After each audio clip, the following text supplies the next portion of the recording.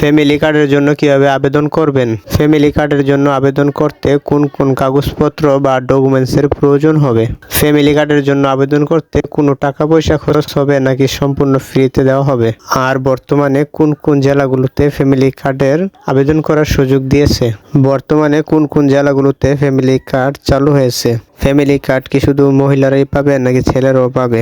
আর কোন কোন শ্রেণীর মানুষ ফ্যামিলি কার্ড পাবে, আবার কোন কোন শ্রেণীর মানুষ ফ্যামিলি কার্ড পাবে না, ইত্যাদি যত সব প্রশ্ন আছে সবগুলোর উত্তর পেয়ে যাবেন একটি ওয়েবসাইটে। এই সবগুলোর উত্তর আপনারা কিভাবে পাবেন তাহলে চলুন আপনাদেরকে সম্পূর্ণ প্রসেসটি শিখিয়ে দিই। এটার জন্য আমাদের প্রথম একটি ওয়েবসাইটে চলে যেতে হবে।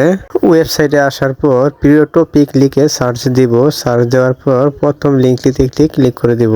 এবার উপরের দিকে একটি সার্চ বার পেয়ে যাব, এখানে লিখব ফ্যামিলি কার্ড। এবার উপরের দিকে স্ক্রল করব। উপরের দিকে স্ক্রল করলে আমরা বাংলাদেশ ফ্যামিলি কার্ড নামে একটি ওয়েবসাইট পাবো। এই ওয়েবসাইটটিতে একটি ক্লিক করে দিব। এবার নিচের দিকে হোম পেজ নামে একটি অপশন দেখতে পারবো, এখানে একটি ক্লিক করে দিব।